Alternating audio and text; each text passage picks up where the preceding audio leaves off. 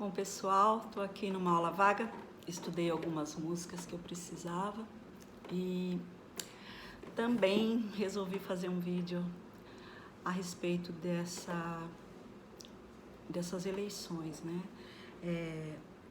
Tantas coisas, né, estão em jogo, tantas pessoas divididas aí em seus ideais, em suas crenças. O que eu acho normal é um processo que poderia ser mais natural, mas não está sendo. Bom, aqui pelas marcas aqui do meu rosto, vocês vão perceber que eu não sou novinha, tão jovem assim e já vivi bastante. E sempre me interessou muito o desenvolvimento do meu país, os governantes do meu país, como eles estavam tratando as questões importantes aí para o meu país, que eu considero que é a educação, a saúde, a habitação, segurança, né? E eu percebo que esses valores, que essas funções aí de um chefe de governo, de um governo, estão sendo um pouco deturpadas. E isso me preocupou bastante desde que começou toda aquela história, né, em volta do governo da presidente Dilma. Eu acho que tudo isso foi arquitetado para a gente chegar numa situação tão complicada como estamos vivendo agora. Eu sou filha de ferroviários. Meu pai era ferroviário, a minha mãe era do lar. E eu cresci vendo meu pai ali na luta para receber salários, quando eles queriam lutar por mais direitos, eles não podiam fazer greves, os trabalhadores não podiam se levantar sequer para pedir melhorias ali em seu trabalho. E eu vi meu pai muitas vezes indo a greves, a reuniões de sindicatos em favor desses direitos aí dos trabalhadores. E isso eu já era pirralha e eu já me interessava por isso. Eu pensava, poxa, por que uns têm tanto, outros não têm? Por que não há uma divisão? Enfim, por que não há as mesmas oportunidades para as pessoas crescerem? Enfim, são tantos assuntos para ser falado em um vídeo aí de 5 minutos. O Brasil era extremamente atrasado, ainda considero um país atrasadíssimo em termos educacionais, em termos de povo mesmo, talvez até pela miscigenação, que houve em nosso país. A gente percebe uma diferença, se você viaja ali para um país vizinho, você já percebe a diferença ali na educação e na postura do povo e de muitas pessoas do Brasil. O Brasil é um país que leva muitas coisas na brincadeira e é fácil de ser manipulado, é um povo fácil de ser manipulado, porque eu acredito que não tem tanto conhecimento da história e das coisas que se passaram no nosso país e no mundo. Não estou me vangloriando, não é isso, mas acho que o estudo, a busca de informação é extremamente importante para que você possa refletir sobre vários assuntos e não sendo manipulado por uma coisa só. O fato é que a estabilidade no Brasil, a estabilidade de vida, era muito difícil quando eu era criança, quando nós estávamos ali crescendo. Aí começaram-se uns movimentos de trabalhadores, de pessoas mais pobres, de pessoas que não tinham acesso a coisas. Isso é real, isso realmente acontece e aconteceu, né? E nós tínhamos dois partidos, nós tínhamos praticamente o PMDB e a Arena na época, que eles diziam que era a situação, o país o partido, entre aspas, conservador e o partido de ideias mais abertas. Por que não pode fazer isso? Por que não pode fazer aquilo? Um pessoal que começava a questionar, perguntar por que não podia certas coisas, porque nem isso era possível, e eu vivi isso, eu sei. Então, começaram essas pessoas a perguntar por que não pode isso, por que isso aconteceu, por que isso, e houveram situações aonde pessoas de poder iam abafar essas pessoas que estavam perguntando por que não pode isso, porque uns podem, outros não podem. Estou tratando de uma forma bem rasa, né, do conhecimento que eu tenho. Não é tão pouco não, é bastante, porque eu vivi bastante também. Aí foi criado então o Partido dos Trabalhadores no final dos anos 80, ali por aí, no meio dos anos 80, onde o Luiz Inácio Lula da Silva criou o Partido dos Trabalhadores, que era para lutar pelos direitos dos trabalhadores. Nunca a esquerda tinha tido oportunidade de tomar o poder, de ter o poder nas mãos para mostrar um pouco do que poderia fazer por esses menos favorecidos. E Lula ganhou as eleições, se tornou um presidente, o primeiro presidente de esquerda. Uma situação completamente complicada, situação de pessoas inexperientes. Lula também era inexperiente no poder. A todos os que estavam gerando ali, estavam lutando contra uma máquina imensa de 500 anos de Brasil, não tivemos essa oportunidade dos menos favorecidos serem ouvidos. Isso é real, isso acontece na história, você aprende na história sobre isso, né? Então, não vou dizer que foi um governo perfeito, houveram sim muitos erros, acredito até pela inexperiência, pela ilusão de grandes coisas, né? Até pela vaidade das pessoas, eles erraram sim, mas os menos favorecidos, as pessoas que não tinham acesso a tantas coisas como educação, saúde, moradia, essas pessoas começaram a ter acesso a essas coisas. Eu vi isso, eu vivi, eu sei como é. Eu sou profissional autônoma, vivi um período de bastante escassez. Nesse período onde a esquerda dominou ou teve o poder, houveram mudanças significativas e bruscas, importantíssimas para as pessoas menos favorecidas. Como eu disse, eu fiquei praticamente 8 anos sem aumentar a mensalidade das minhas aulas. Então, assim, eu vi isso acontecer, eu não estou inventando isso. E de um tempo para cá, digamos de 6 anos para cá, eu já aumentei minha mensalidade mais de 5 vezes. Nós vivemos períodos ali de antes do Plano Real, de inflação imensa. No governo Lula, no primeiro governo principalmente, isso foi zerado. Nós tínhamos aumento de salário mínimo de acordo com a inflação, e isso quer dizer que nós iríamos... E a inflação caiu bruscamente, não tínhamos mais praticamente inflação. Acredito que isso gerou um certo medo naquelas classes dominantes, que sempre dominavam, né? Que sempre, assim, tinham poder sobre a distribuição da renda. Isso gerou, sim, uma certa desconfiança, um certo medo. Toda vez que a esquerda, o povo, se levanta para querer lutar por seus direitos, existe uma máquina que diz que aquilo é ruim.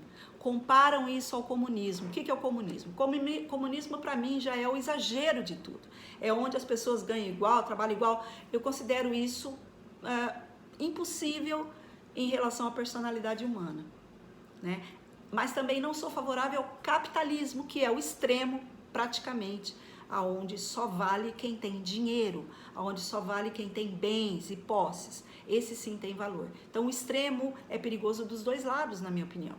Então, eu sinto que no governo de Lula, o povo mais sofrido teve mais acesso a coisas importantes para a sobrevivência dele, né? Então, assim, acredito que tudo que é dito sobre o presidente Lula hoje também tem um objetivo final, né? As pessoas perguntam, mas Meire, se o Lula roubou, se o Lula é um presidiário, se o Lula é isso, por que você vota nele? Eu vou devolver a pergunta de forma contrária para vocês, né? Se o Lula roubou realmente, né? Por que não fizeram um processo, né, legítimo, né, para que ele pudesse aí pagar realmente esses erros que supostamente dizem que ele cometeu? Por que não fizeram um processo legítimo? Na verdade, foi feito um processo corrido, às pressas, para que Lula, na verdade, o que eu penso ser, não concorresse às eleições de 2018, porque, na verdade, o objetivo era que o PSDB tomasse o poder.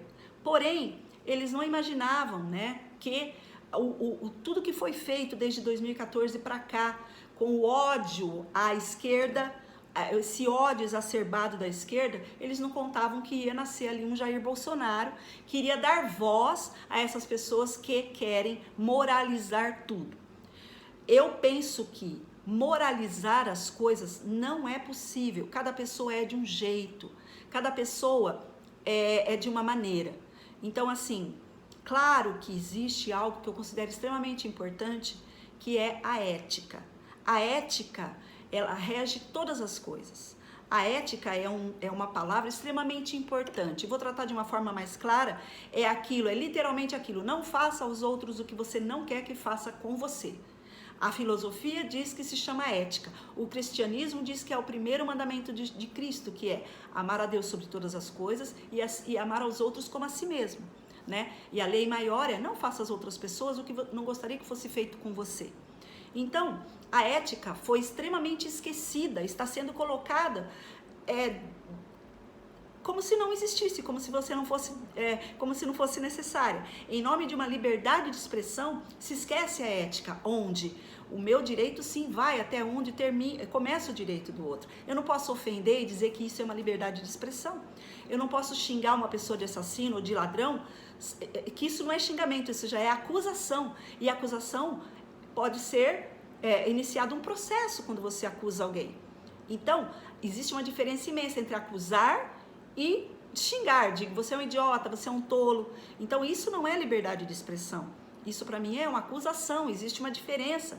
E é necessário a ética, esse amor, para que você consiga discernir uma coisa da outra. Então, estamos correndo aí com uma coisa muito confusa. Nós não somos livres para falarmos para difamarmos e acusarmos as pessoas da maneira como queremos, tá? Eu penso que quando Lula fala sobre regulamentar a mídia, ele fala justamente sobre esse assunto. Regulamentação da mídia existe em todos os países desenvolvidos e até em países que não são. Por exemplo, a França e outros países, a Alemanha, eles têm regulamentação da mídia nesse sentido, que um canal não pode sair xingando, difamando e acusando à toa as pessoas, porque isso é muito grave. Então, precisa haver uma regulamentação. Isso não é censura, isso é uma regulamentação mesmo, né? Porque tem pessoas aí que estão confundindo essas coisas, e isso é muito grave. Lula nunca fala sobre comunismo, Lula está longe disso. O comunismo nunca esteve próximo de estar no Brasil. Existiram sim movimentos no passado, muito atrás, mas o presidente Lula nunca foi e não é favorável ao comunismo.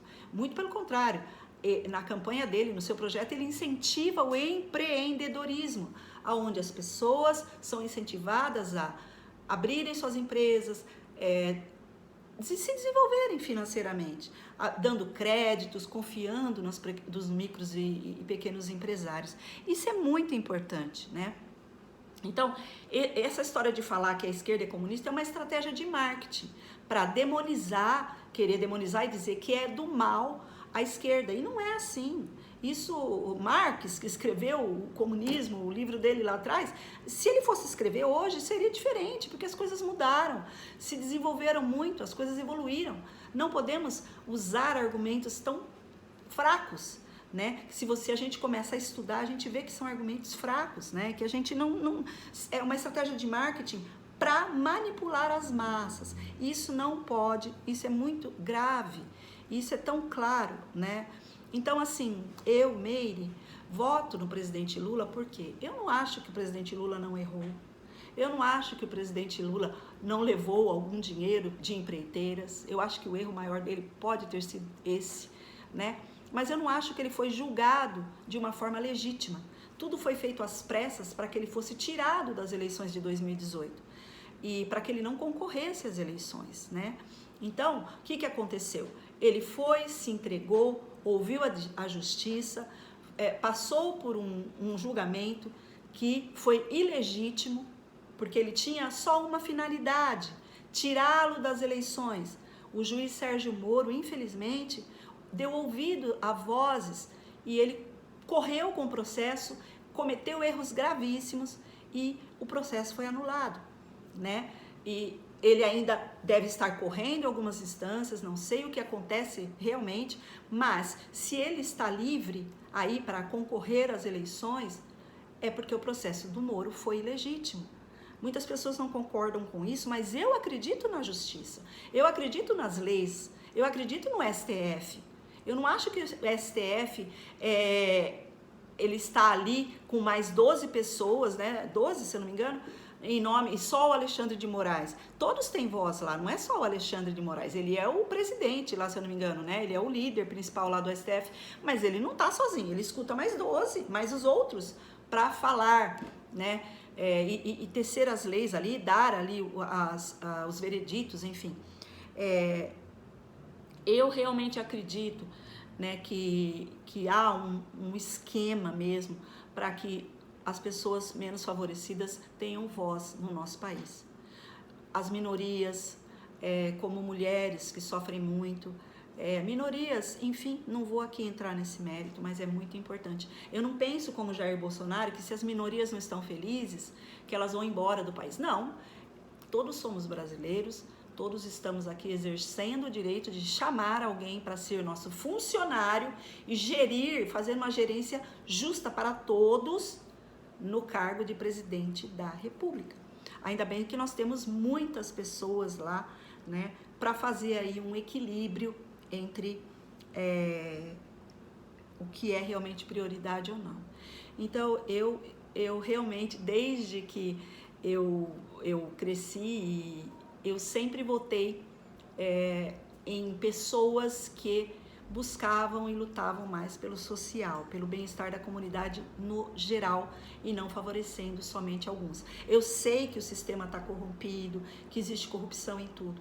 Então, por exemplo, eu acho que o que aconteceu ontem com o Roberto Jefferson, que foi um homem, ele foi um coringa aí em tudo que aconteceu. A Lava Jato premiava as pessoas que fossem delatar. Então, se você contar o que você sabe, você é perdoado, nisso você é premiado. Eu já acho isso errado, mas tudo bem.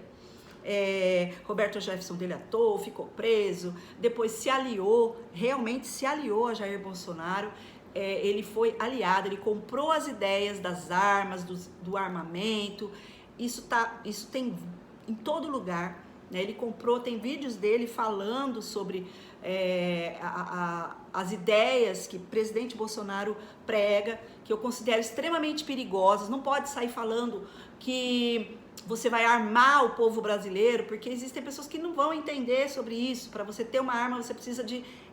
Nossa, você precisa de muita coisa para você ter o posse de arma. Então, eu não acredito. Ele fala, na minha opinião, o presidente Bolsonaro fala muitas coisas que são mal interpretadas. E um líder não pode ser mal interpretado. Ele tem que ser assertivo no que ele fala, né? Claro que pode haver falhas, mas não dessa forma.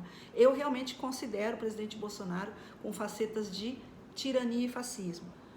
Eu digo, ele já é de idade e tudo mais. Não, não é. Ele tem realmente, na minha opinião, uma personalidade que não bate com a minha maneira de pensar.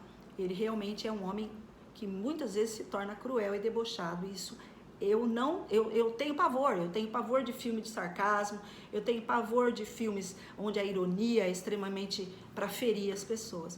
Então, assim, eu realmente estou muito tranquila em relação ao meu voto. Eu considero o presidente Lula o mais preparado para enfrentar toda essa situação que nós estamos vivendo em nosso país. Ele tem a diplomacia para lidar com todos esses antagônicos, né?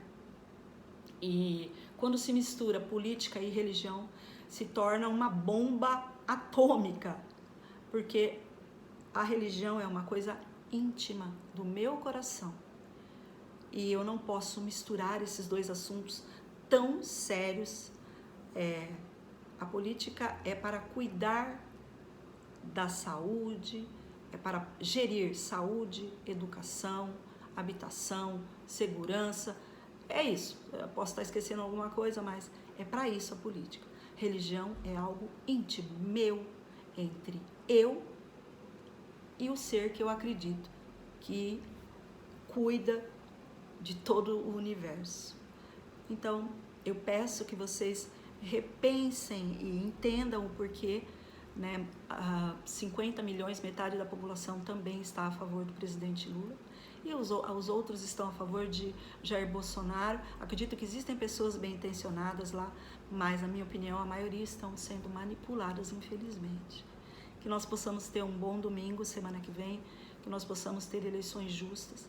Confio plenamente na apuração, não importa o resultado, que nós possamos votar com a consciência e não misturar as coisas. Tenta separar votar por um presidente separe de sua religião. Pense nos seus valores sem a sua religião. Tenta isso, porque nós somos um país laico, onde cada um respeita a religião do outro, né? Então, que nós possamos ter uma semana abençoada, protegida, e que domingo nós possamos exercer nosso direito com toda a plenitude e com todo o amor e ética, que é o mais importante. Beijo!